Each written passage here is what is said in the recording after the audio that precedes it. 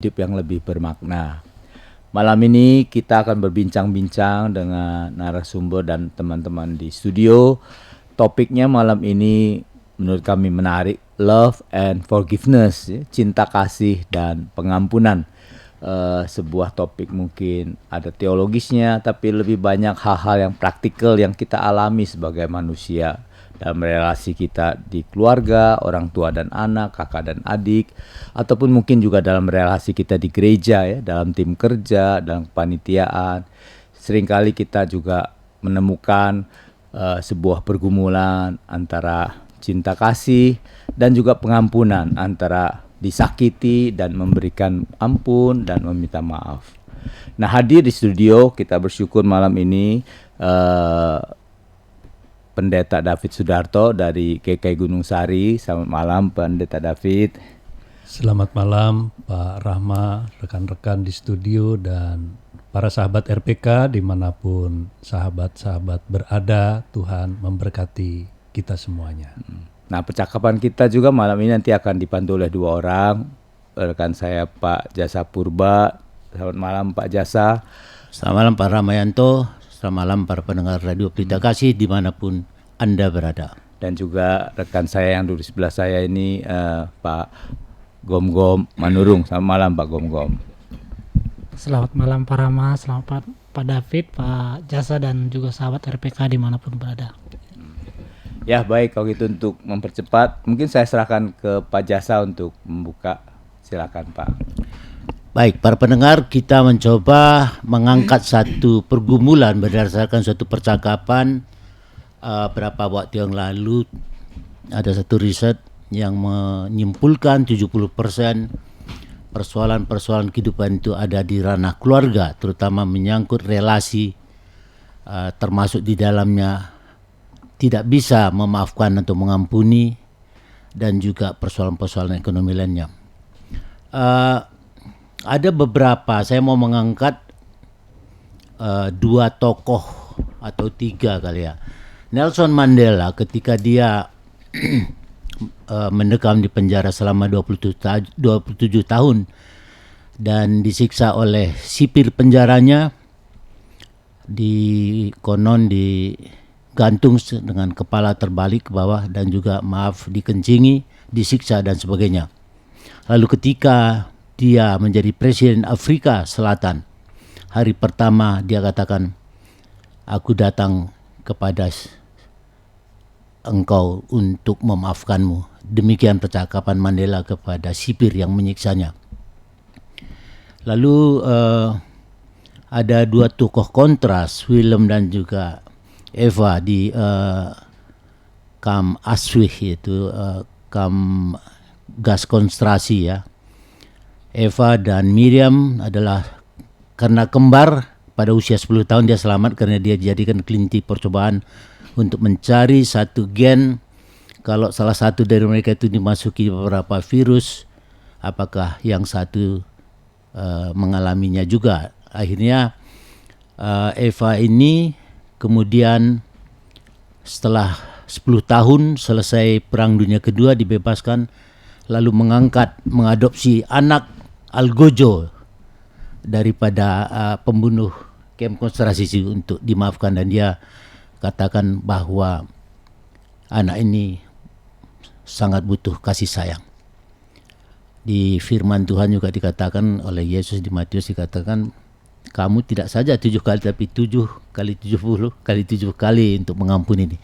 Baik, Pak Pendeta David Sudarto akan memberikan kita suatu paparan tentang strukturnya dulu, apa sebenarnya konsep daripada suatu belas kasih dan pengampunan itu. Silakan Pak Pendeta David. Iya, terima kasih Pak Jasa Purba. Mengasihi tanpa mengampuni itu adalah sesuatu yang mustahil gitu. Jadi kalau kita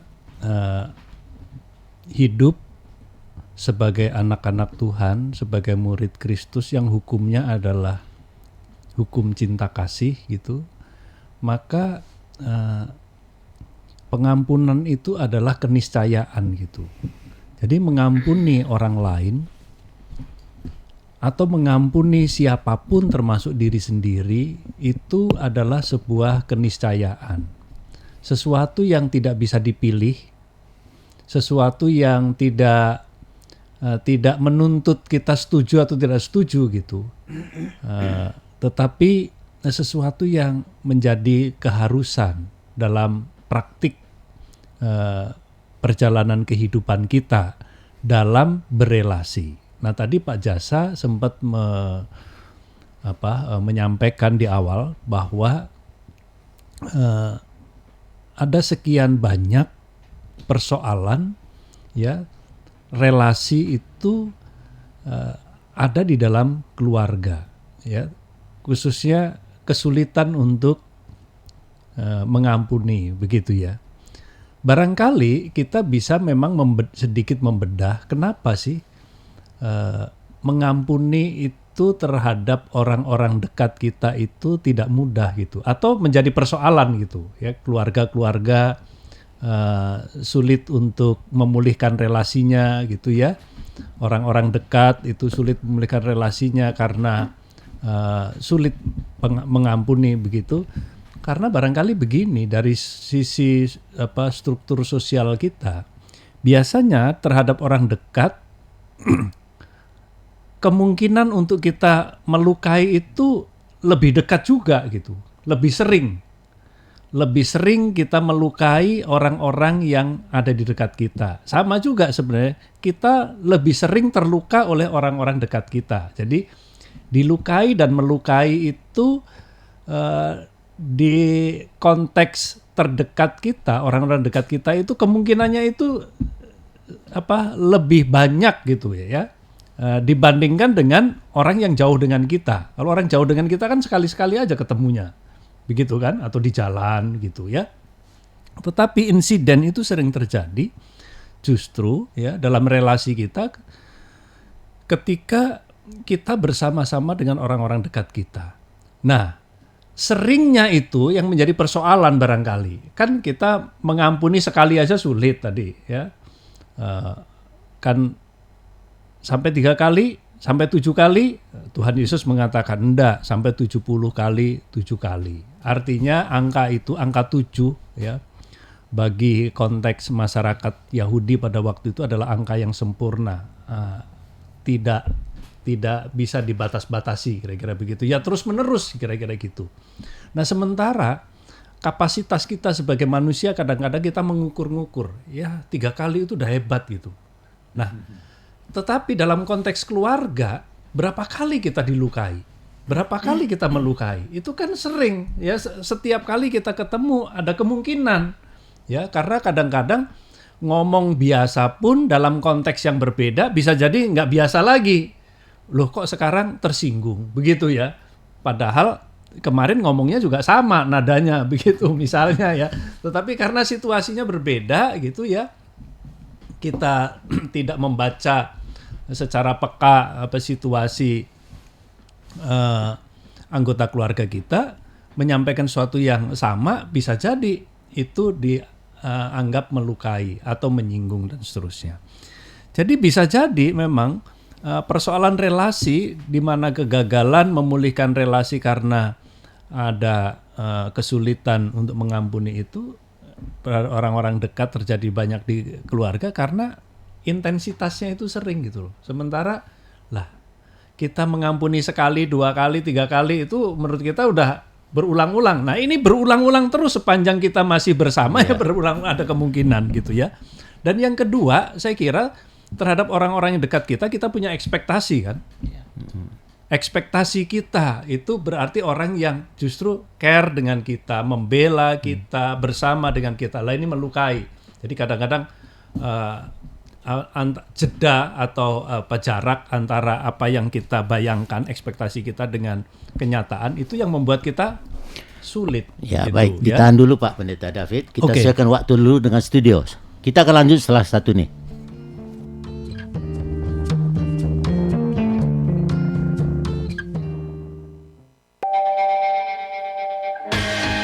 Dek, bantuin kakak bentar dong. Apaan sih kak? Ganggu banget. Aku lagi main game nih. Oh gitu. Mami. Ih kakak nih. Ya udah mau dibantuin apa? Nih, Mami minta di-downloadin aplikasi. Aplikasi apa sih emang? Aplikasi RPK FM katanya.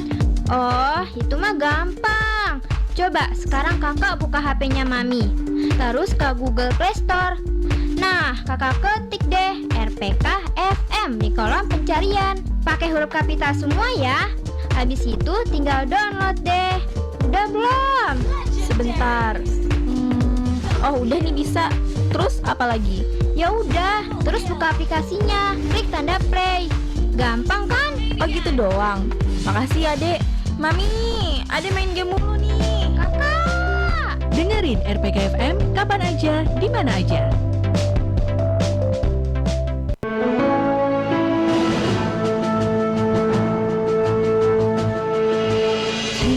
Oleh anugerah kita menjadi percaya dan diselamatkan. Oleh Roh Kudus kita terima karunia-karunia untuk melayani. Karena mujizat dan berkat Tuhan kita memberitakan dan memberi supaya kita diberkati dalam segala kelimpahan.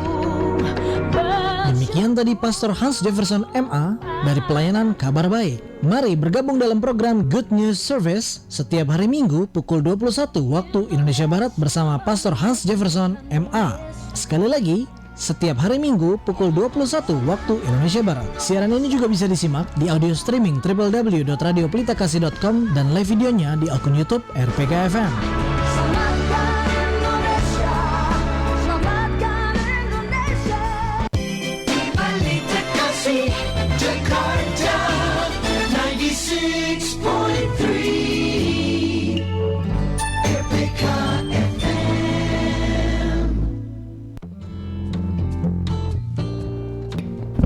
Para pendengar setia Radio Pelita Kasih, kami masih menemani Anda dengan topik kita malam hari ini tentang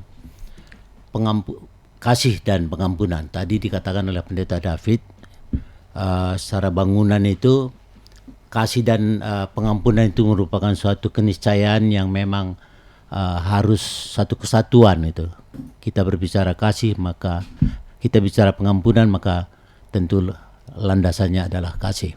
Lalu dikatakan juga potensi kita terluka, melukai itu sangat besar dari ring satu keluarga kita gitu ya. Mungkin Pak David sering sekali kita itu take it for granted ya. Ini saudara saya kandung kok, teman saya paling baik, nggak mungkin lah dia melakukan hal-hal yang membuat saya nggak nyaman, sehingga kita tidak prepare untuk terjadinya suatu relasi yang terganggu kalau enggak terluka begitu ya. Pak David akan lanjut dan selanjutnya akan dipandu oleh Pak Rama dan Pak Gom. Silakan Pak David untuk melanjutkan tadi. Iya, jadi kan tadi saya sempat mengatakan bahwa memang kalau di dalam keluarga itu banyak yang mengalami kesulitan untuk mengampuni karena paling tidak ada dua hal gitu. Karena ya, terluka itu sering atau terlalu sering gitu, dilukai atau terluka begitu ya kan. Karena ya setiap kali ketemu kita selalu sadar bahwa ada potensi kita terluka gitu, tergores begitu kan. Kalau nggak ketemu ya nggak terluka gitu. Tapi begitu terus ketemu begitu ya. Makanya waktu pandemi yang lalu itu kan salah satu yang menarik, ada yang sharing kepada kami di meja konsultasi begitu. Justru ketika kami ini di pandemi sering berantem gitu. Ya, kenapa? Lah tadinya kan jarang-jarang ketemu, tapi begitu ketemu 24 hours kan nggak boleh kemana-mana begitu. Nah, kita jadi sering berantem nih katanya begitu ya. Ya memang dalam setiap perjumpaan selalu ada kemungkinan dan peluang besar untuk terjadinya tadi ya percekcokan gitu ya. Dan yang kedua adalah soal ekspektasi. Kita kaget kadang-kadang, atau seorang bisa kaget, loh kok ayah saya sendiri atau anak saya sendiri begitu, atau istri saya sendiri atau suami saya sendiri atau saudara sendiri kok begini gitu ya. Jadi karena kita di dalam benak kita masing-masing mempunyai sebuah ekspektasi tertentu, ya. Suamiku ya harus begini, istriku harus begini, ayahku harus begini, anakku harus begini, saudaraku harus begini, begitu, ya kan? Lah itu kan harus kita sadari bahwa itu kan saudara dalam pikiran kita. Padahal yang harus kita terima realitasnya adalah saudara, suami, istri apa adanya gitu. Ya seperti yang Manusia juga. ya manusia sama dengan kita gitu, ada kelebihannya, ada kekurangannya, begitu ya. Ada hal-hal sensitif yang dia punya, ya. Ada yang nggak sensitif, begitu ya, sama gitu. Jadi kadang-kadang kita terlalu kooptasi barangkali gitu ya oleh ekspektasi kita sendiri. Kita berharap nih orang yang dekat dengan kita ini adalah orang yang bla bla bla bla. Lah itu kan rumusan kita gitu. Tetapi pada kenyataannya kita harus menerima. Kasih itu rumusan yang paling sederhana adalah menerima seseorang apa adanya. Tidak memberi tuntutan, tidak memberikan persyaratan, ya harus begini, harus begitu. Ya setiap orang seperti Tuhan Yesus mengasihi kita, ya menerima setiap kita apa adanya dengan seluruh keberadaan diri kita ini, begitu ya. Jadi tetapi saya ingat sebuah nasihat yang sangat arif dari tokoh yang bukan Tuhan Yesus gitu, jauh sebelum Yesus ada gitu. Konfusius ya mengatakan bahwa orang yang tidak bisa memaafkan itu berarti seorang yang tidak bisa membuat jembatan untuk membangun kembali relasi-relasi manakala relasi itu rusak. Relasi itu bisa rusak kapan saja. Dan siapa yang memulai kerusakan itu bisa siapa saja. Nggak harus bareng-bareng dalam relasi rusak itu. Kalau membangun kan kita selalu memerlukan kerjasama gitu. Tapi kalau memulai kerusakan itu nggak usah nunggu, yuk kita rusak bareng-bareng gitu keluarga kita, nggak harus gitu kan? Biasanya salah satu aja gitu, ya kan? Yang melukai, menyakiti gitu, nggak usah saling bertengkar, nggak usah gitu, saling merusak nggak usah, tetapi ada satu saja. Nah, setiap kali ada kerusakan itu, maka panggilan kita, kalau kita masih mau berelasi, maka harus memulihkan itu dengan jembatan-jembatan. Nah, jembatannya apa? Ya pengampunan itu.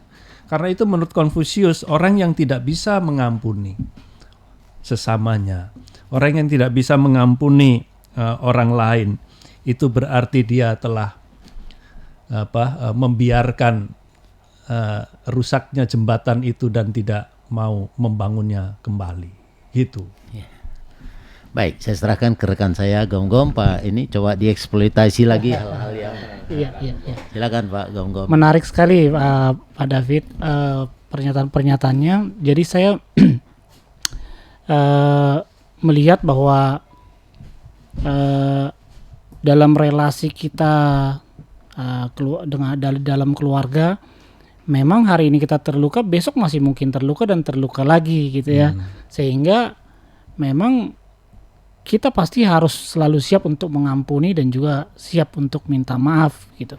Tapi dalam prakteknya ini seringkali menjadi perkara yang sulit ya Pak. Betul. Lalu saya mau coba gini Pak, apakah ada kemungkinan karena kita ini kan produk dari orang tua kita gitu ya. Produk dari orang tua kita. Jadi ada mungkin bagian-bagian yang bagi sebagian orang atau bahkan bagi banyak orang hal ini belum tuntas, belum selesai gitu ya. Nah, saya mau menyoroti begini. Kita sebagai anak Tuhan, kita bisa aktif dalam pelayanan, kita bisa begitu rohani gitu. Tapi terkadang ada kesulitan yang mungkin menjadi rahasia pribadi kita. Kita mungkin dilukai oleh orang tua kita gitu ya, terutama anak laki-laki dengan ayahnya gitu. Nah, ketika kita mengharapkan gitu orang tua kita minta maaf tapi ternyata udah nggak bisa, kemudian kita masih terbawa ini gitu ya, dan kemudian apalagi kita misalnya menjadi kepala keluarga dan tentu saja ini akan berdampak gitu.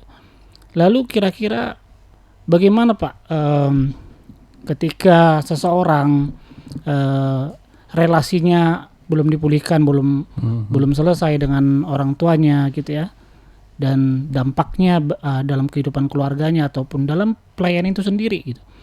Kira-kira bagaimana Pak? Ya. Jadi memang yang tadi kita bicara bahwa yang paling besar kemungkinannya membuat kita terluka dan lukanya itu biasanya sangat dalam adalah orang-orang dekat kita gitu. Ya, karena tadi ya, 2 faktor tadi. Sering, dan yang kedua Dekat ya. ini ekspektasi kita tinggi, dan ketika ekspektasi itu Dengan kenyataan berbanding terbalik dengan kenyataannya atau ada jarak yang begitu jauh gitu, kesenjangan gitu, kita nggak bisa terima itu gitu, dan itu bisa dibawa terus begitu. Nah, tetapi dalam soal mengampuni, makanya topiknya ini saya sih salut dengan yang mendesain acaranya, kasih dan pengampunan. Artinya kan kalau kita mengampuni itu tidak boleh dilepaskan dari implementasi dasar motif yang utama yang mendasarinya, yaitu kasih itu. Jadi kita mengampuni bukan karena kita mau, karena kita hobi ya, atau berusaha berprestasi supaya dilihat orang, bukan, tapi karena kita memang mengasihi begitu. Dan kita mengasihi ini kan bukan karena kita lebih dulu mengasihi, karena Allah lebih dahulu. Kan kasih itu kan yang diajarkan oleh firman Tuhan gitu kan. Kita mengasihi karena Allah lebih dahulu mengasihi kita. Artinya kalau kita ngomong hidup dalam kasih, kita tidak boleh berpikir lain kecuali kasih yang dari Tuhan gitu. Iya. Ya kan? Kasih yang dari Tuhan, kasih yang tanpa syarat, kasih yang tidak menuntut, ya, kasih yang hanya mau memberi, ya, selebihnya terserah kamu dah, kira-kira begitu, ya. Jadi dia tidak menuntut. Kalau bayangan di dalam Injil itu seperti anak yang hilang yang udah durhaka itu, begitu kan? Anak bungsu sudah berbuat begitu durhaka kepada bapaknya. Begitu datang malu-malu setelah bangkrut habis-habisan, bapaknya dari jauh udah lari-lari tuh. Luar biasa. Menyambutnya gitu. Kita tahan dulu Pak. Nanti mungkin Pak David, saya ingin Bapak lebih memperdalam esensi dari tadi substansi kasih itu dari kitab Filipi 2 ayat 1 sampai 8 tentang konsep pengosokan diri itu. Saya kira itu suatu hal yang saya selalu pakai. Ya, alasan diri ya sebagai Allah kesetaraan dia dikosongkan itu kan. Lalu siapa lagi, apalagi alasan manusia untuk tidak mengampuni gitu. Kita akan lanjut para pendengar, dan kami masih menunggu partisipasinya 0218.043 kali atau SMS WA 0815 1800 444. Kita lanjut setelah yang satu nih.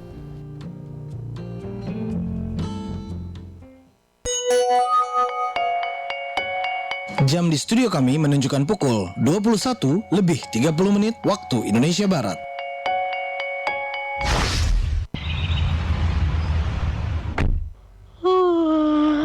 Jalan, gue udah ready nih. Tunggu. Lo yakin mau nyetir? Lo aja nguap mulu dari tadi. Ngantuk deh lo pasti. Aman itu mah. Gue udah minum kopi kok tadi. Bener gak lo? Iya elah, santai.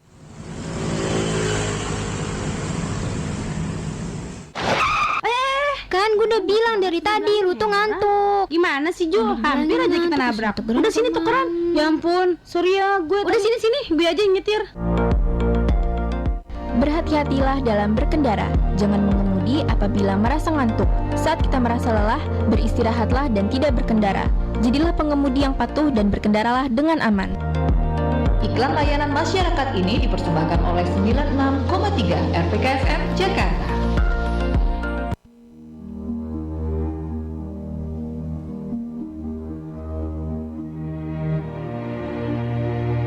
Karena itu, hendaklah kamu saling mengaku dosamu dan saling mendoakan supaya kamu sembuh. Doa orang yang benar, bila dengan yakin didoakan, sangat besar kuasanya. Ayat tersebut terambil dari Yakobus 5 ayatnya yang ke-16. Mengingatkan bahwa doa menjadi andalan bagi setiap orang dalam menghadapi pergumulan hidupnya.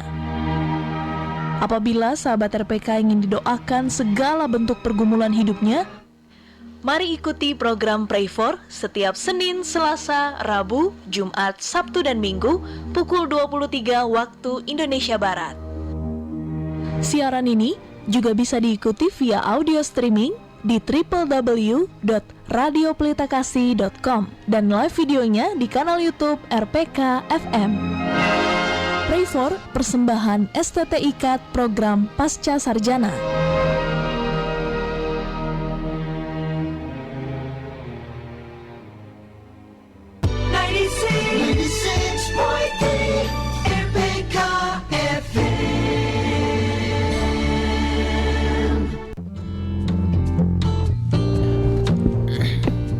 Selamat malam para pendengar setia Radio Pelita Kasih.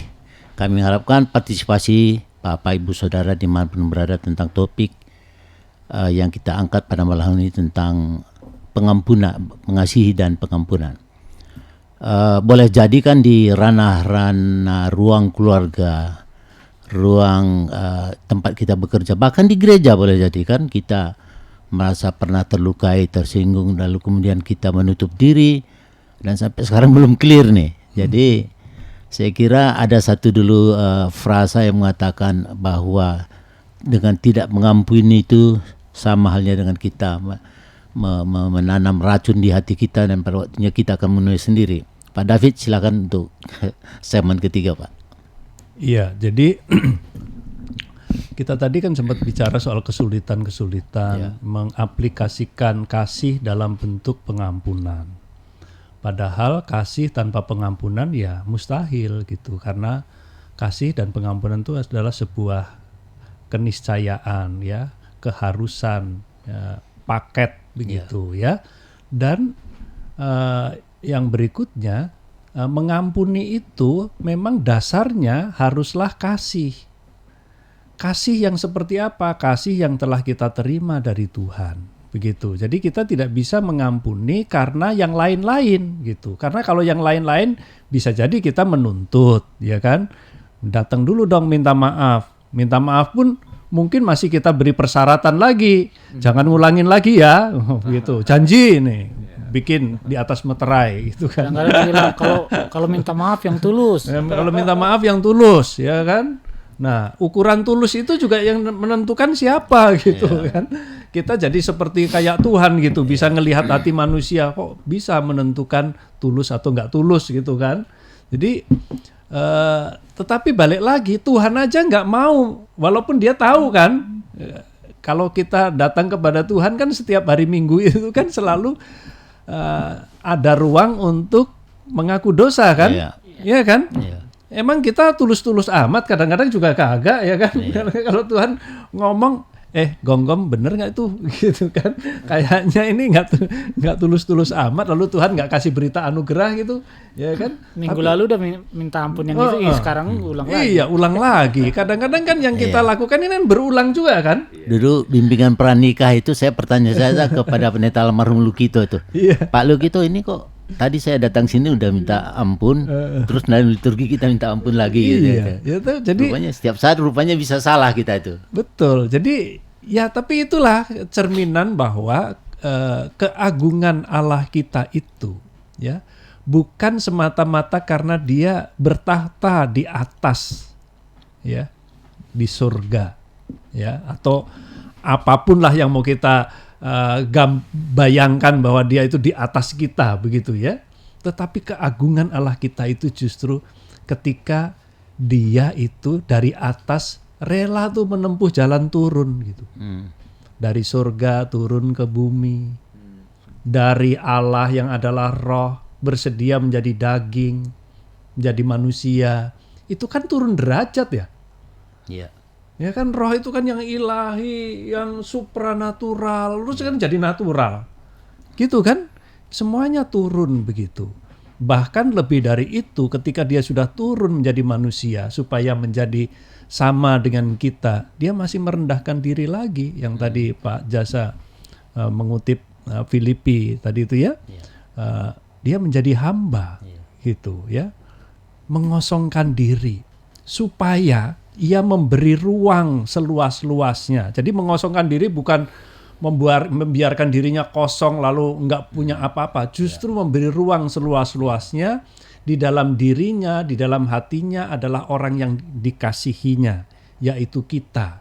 Sehingga kita punya tempat seluas-luasnya ada di dalam hatinya, ya, di dalam pikirannya, di dalam dirinya itu ada kita. Sehingga yang dipikirkan, ya, yang mau dilakukan, ya, untuk sasaran perbuatan baiknya itu adalah kita yang berdosa ini. Bahkan kan di salib itu kan sampai dia Iya. mohonkan untuk mengampuni orang menyalibkan dia, itu kan wow. Betul. Jadi jalan turun dari surga ke bawah. Ya. Sekalinya mendaki bukit Golgota begitu ya untuk disalibkan, membayar harga pembebasan kita begitu ya. Yang adalah orang yang telah menyakitinya begitu. Apakah dia di dalam perjalanan turun maupun naik mendakinya itu dia sambil berkhotbah ini gara-gara kamu nih Jasa sambil menggerutu lalu kan sambil makanya ya kan sudah berulang kali nggak ada lagi pengampunan ya, gom-gom makanya kan nggak gitu ya makanya lain kali jangan begini lagi. Kan nggak begitu dia.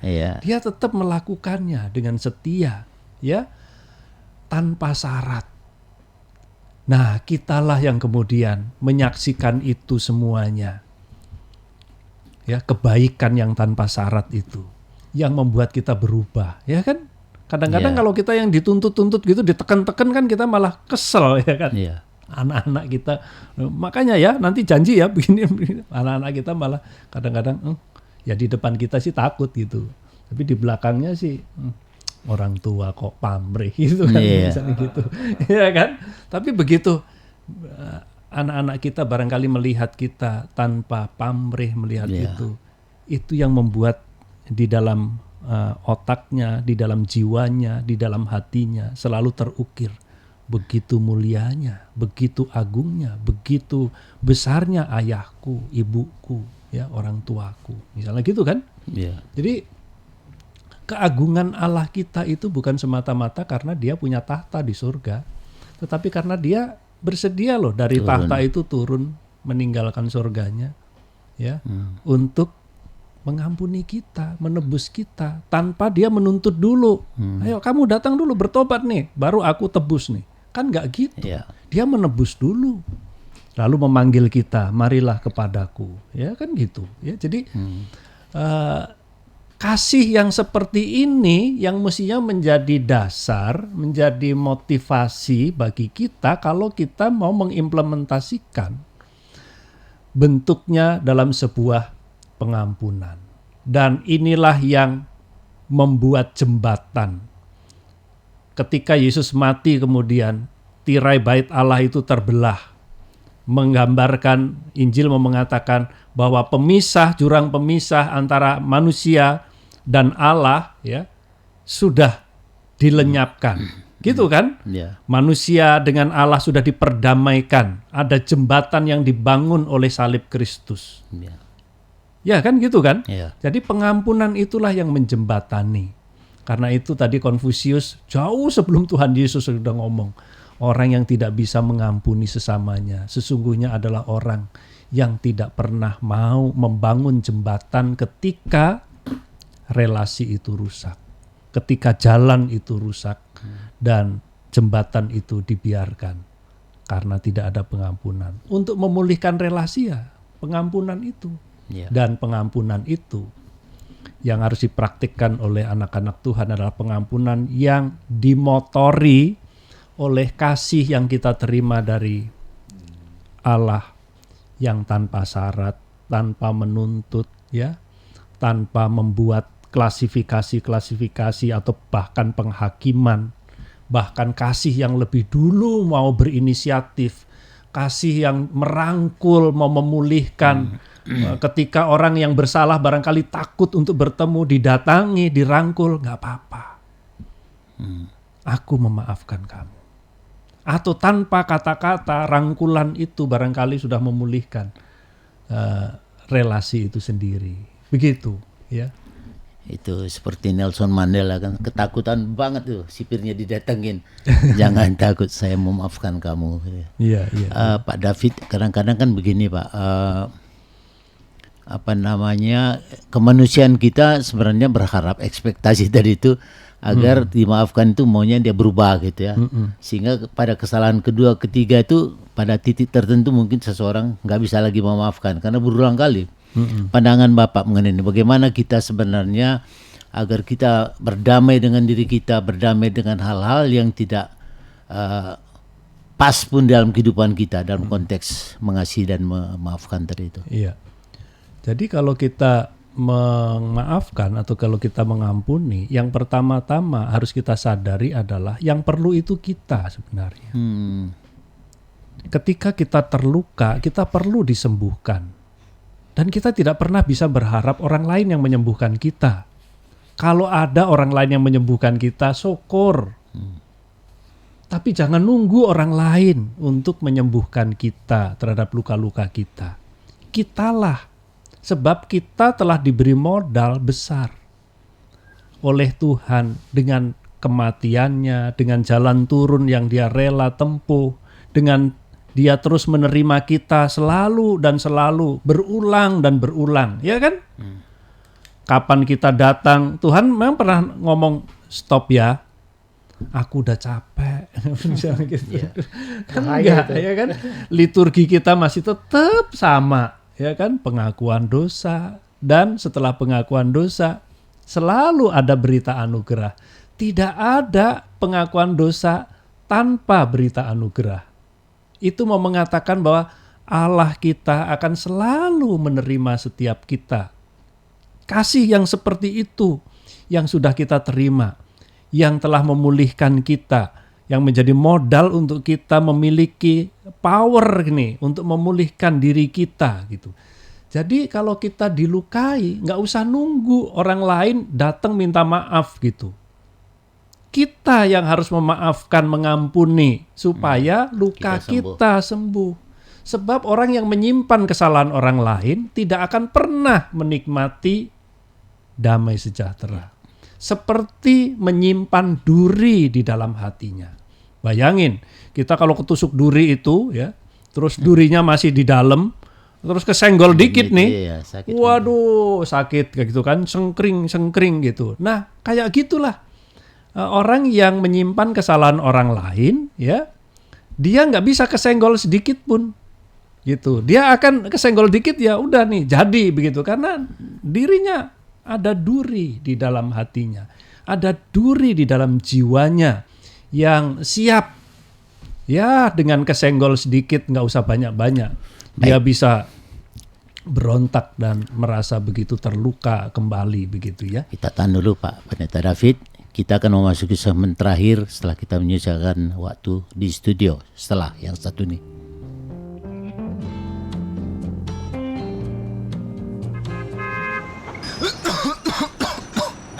Aduh Mas tahu kan ini terminal banyak orang, udah sesek, ditambah asap rokok lagi. Dikata nyamuk kali ya diasepin. Ya elah Mas, ntar juga hilang asapnya. Ya hilang sih hilang Mas, tapi tetap aja masuk ke paru-paru orang. Nantinya kita juga yang jadi perokok pasif. So what?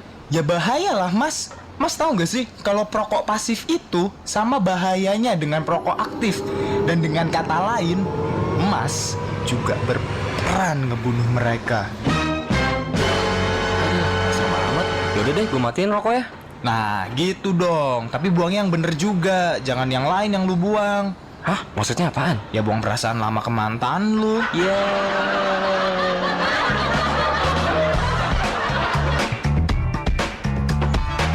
Yuk, stop merokok. Merokok bukan hanya bahaya untuk diri sendiri, tapi juga buat orang lain. Iklan layanan masyarakat ini dipersembahkan oleh 96,3 RPK FM Jakarta. Balita Kasih Jakarta 96.3 RPK FM.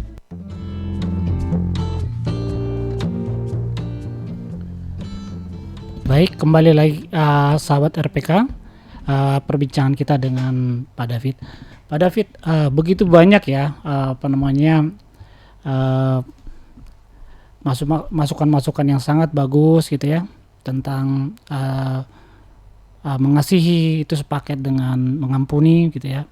Dan kita coba ke dalam kehidupan sehari-hari bahwa akhirnya kita sebagai anak-anak Tuhan memang bukan karena kita suka, bukan karena kita memang mampu untuk mengampuni, tapi sepertinya kita harus mulai mendownload aplikasi dari mengampuni ini gitu ya.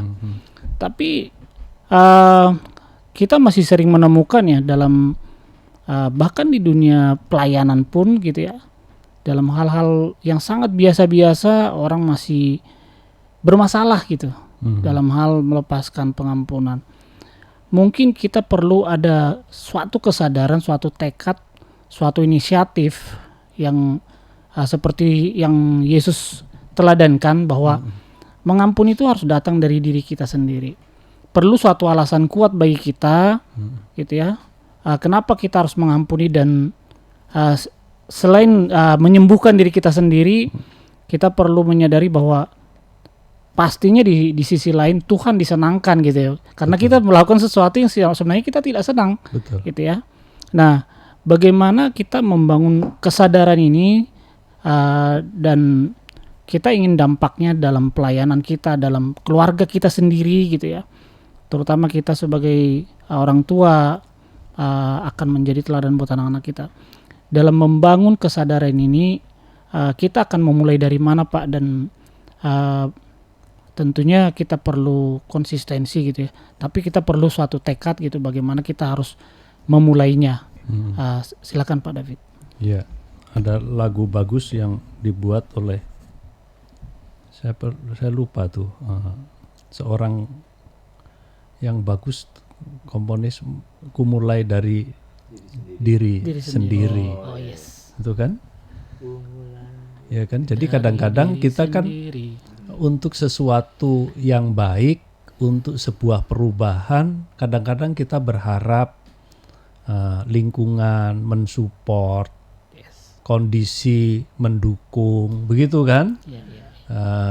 Ada rekan-rekan atau bahkan memang yang kita harapkan itu seperti yang kita mau mendukung kita begitu. Tetapi sekali lagi kalau kita mau melakukan sesuatu bergantung kepada yang di luar kita, ya bisa jadi bisa enggak gitu ya. Karena itu yang paling utama, saya kira lagu itu bagus banget gitu mengingatkan kita bahwa segala sesuatu yang baik itu mesti kita mulai dari diri kita sendiri begitu ya. Jadi mengampuni ya, mengasihi itu harus mulai dari diri kita sendiri, karena kita memang diutus untuk itu oleh Tuhan ya. Kamu adalah garam dunia ini, kamu adalah terang bagi dunia ini, begitu kan. Jadi Tuhan mengutus kita yang untuk membawa kasih-Nya yang telah diberikannya yang tanpa syarat tadi itu untuk kita cerminkan begitu ya, untuk kita teruskan di dalam kehidupan kita. Nah memang juga betul Pak Gom tadi mengatakan kalau kita mengampuni bukan semata-mata karena kita gitu, tetapi karena kita mau melakukan apa yang menyenangkan hati Tuhan gitu. Jadi bukan juga semata-mata karena kita ingin berdamai gitu, mendapatkan kedamaian gitu. Tetapi juga karena kita dalam konteks kita mengasihi Allah itu ya, yang lebih dulu mengasihi kita melakukan apa yang menjadi kehendaknya. Kan dia mengajar berdoa juga, Bapa kami yang ada dalam surga, begitu kan? dikuduskanlah namamu. Ampunilah kami seperti kami mengampuni orang yang bersalah kepada kami. Itu sampai ajarkan dalam doa gitu. Tuhan Yesus juga mengatakan, kalau kamu datang ya ke rumah Tuhan, lalu teringat kamu masih punya persoalan dengan samamu, dengan saudaramu, maka pergi dulu sana tuh. Begitu kan? Itu mengatakan apa? Supaya kita menyelesaikan ya relasi-relasi yang rusak tadi itu. Jangan nunggu dia untuk sesuai dengan tuntutan kamu gitu. Kamu yang harus pergi sana gitu. Karena yang urusan aku dengan kamu itu kamu nih gitu loh ya. Jadi mengampuni itu urusan kita dengan Tuhan. Bukan pertama-tama urusan kita dengan orang lain yang kita harapkan atau kita tuntut untuk meminta maaf atau meminta ampun kepada kita gitu. Karena kadang-kadang sebagai manusia kalau dalam sebuah relasi ada persoalan kan kita cenderung pendekatannya tuh hitam putih kan. Kenapa Tuhan menuntut kita yang memulai gitu? Karena dalam sebuah relasi ketika terjadi kerusakan kadang-kadang yang merasa putih itu ya kita gitu, yang hitam itu ya dia gitu, sehingga kita nunggu nih gitu, padahal belum tentu juga ya toh, kadang-kadang ya adu kuat aja gitu ya kan. Orang yang merasa kuat, apalagi tadi Pak Abu mengatakan kalau kita laki-laki apa orang tua gitu kan, kadang-kadang kan suka gengsinya gitu kan, untuk kalaupun toh salah, ya jangan ngaku salah lah, gitu. Apalagi minta maaf gitu. Harga diri nih gitu. Laki-laki loh, misalnya gitu kan. Dalam kultur tertentu kadang-kadang karena kita dibentuk tadi itu kan, dibentuk oleh keluarga yang mungkin barangkali patrilineal yang mengagungkan kebapaan gitu. Masa bapak minta maaf gitu kan? Ya kan? Kadang-kadang begitu, ya kan? Tetapi di mata Tuhan kita itu semuanya sama gitu. Jadi mestinya kita urusan pengampunan, urusan kasih, mengasihi ini adalah urusan kita dengan Tuhan. Sehingga kalau kita menempatkan diri kita di hadapan Tuhan, maka semuanya sama. Saya dengan Pak Rahma, enggak ada bedanya, sama-sama orang berdosa gitu. Soal benar salah itu kan kadang-kadang klaim kita. Saya benar, Pak Rahma salah gitu, atau sebaliknya Pak Rahma benar, saya salah, kan gitu ya kan. Mana kita bisa mengabsolutkan diri kita bahwa kita yang benar dan orang lain yang salah. Kalau begitu nggak perlu ada pengadilan sampai ya kan? Sewa pengacara begitu, tinggal adu kuat aja kadang-kadang gitu. Jadi di hadapan Tuhan, Tuhan yang maha tahu lah gitu. Yang paling tahu tuh Tuhan, yang sempurna itu Tuhan. Jadi karena itu sudahlah, di hadapan Tuhan itu kalian sama aja, manusia berdosa. Ya, bisa salah ya. Semuanya bisa salah begitu. Karena itu dalam setiap kerusakan relasi karena terjadi luka-luka ya, kekeliruan, kesalahan, maka kamulah yang harus berinisiatif seperti Allah berinisiatif turun dari surga, memikul salib, membayar harga lunas ya, tanpa menuntut terlebih dahulu ya. Dia melakukan semuanya itu tanpa syarat. Nah, seperti itulah yang mestinya kita lakukan. Ya. Pak David, menutup acara perbincangan kita pada malam hari ini, saya ingin endorse satu perspektif yang lain tentang pengampunan, mengasihi dan pengampunan ini, atau dibalik-balik gitu ya. Bahwa itu adalah suatu kekuatan, Pak. Tadi paling tidak self healing ya, jadi menyembuhkan diri sendiri. Mungkin ada hal lain sebagai kata terakhir, pesan moralnya bahwa bagaimana mengasihi dan mengampuni adalah sebuah kekuatan sehingga orang itu tidak merasa dirugikan tuh apa begitu. Mungkin Pak David bisa memberikan satu. Jadi kadang-kadang yang juga menghambat kita untuk tidak mengampuni atau sulit mengampuni adalah ketika kita merasa bahwa kita yang benar itu terus harus turun Betul kan? Iya. Gengsi dong, kita yang benar kok, dia yang salah kok gitu.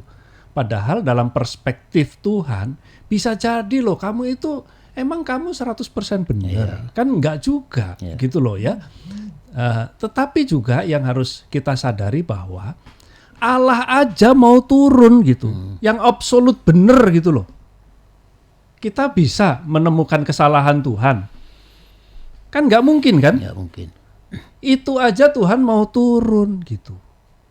Dan ketika dia turun, apakah dia kehilangan derajatnya? Kehilangan marwahnya? Enggak. Melekat itu. Ya kan? Justru Allah memberikan nama di atas segala nama. Kemuliaannya, keagungannya makin paling tinggi. Membahana. Ya kan? Ya. Jadi kadang-kadang kita sebagai manusia suka ketakutan. Ketakutan kalau kita ini kadang-kadang kan memposisikan diri benar gitu loh. Ya, dalam sebuah relasi kalau terjadi kerusakan gitu. Lalu kalau kita yang mengampuni, memaafkan, seolah-olah kita itu turun, dan kalau turun itu kita hilang harga diri kita gitu. Hilang kehormatan kita. Padahal justru kalau kita menempuh jalan turun, kan siapa yang merendahkan diri akan ditinggikan gitu. Tapi yang siapa meninggikan diri justru akan direndahkan. Jadi kita jangan ragu untuk menempuh jalan turun itu. Sebab jalan turun itu bukan jalan hina yang membuat kita makin terhina. Enggak. Justru jalan turun itu, kalau kita itu tempuh seperti Yesus menempuh jalan turun itu, maka itulah yang akan membuat kita itu, waduh Pak Rahma ini memang ya, udah digituin kok. Ya kan? Ini kalau bukan anak Tuhan ini ya ada sesuatu yang ada di dalam dirinya. Karena begini, Mahatma Gandhi itu pernah ngomong, hanya orang kuat yang bisa mengampuni. Orang yang lemah nggak bisa mengampuni atau memaafkan. Jadi orang yang memiliki keberanian untuk tidak merasa kehilangan, ya, dia rela tuh menempuh jalan turun. Ya. Karena dalam jalan turun itu dia akan melihat keagungan, kemuliaan. Baik, kita sampai juga pada akhir perbincangan kita pada malam ini. Pak Gonggom, ada yang mau disampaikan atau Pak Rahma? Ya, para pendengar, terima kasih. Sungguh tidak terasa ya perbincangan kita demikian hangat, dan saya juga sampai begitu menyatu dengan paparan dari Pendeta David. Terima kasih Pak David. Kiranya kita melihat bahwa mengampuni, mengasihi itu sebuah anugerah dan kekuatan. Tadi dikatakan dari Konfusiisme ya, jadi membangun satu jembatan itu diperlukan satu pengampunan. Kalau tidak, maka kita tidak ngambil inisiatif untuk membuat jembatan relasi itu kembali muncul dalam kehidupan kita. No matter what, itu mengampuni, mengasihi. Tuhan memberkati. Salam sampai Rabu depan. Terima kasih. Tuhan berkati.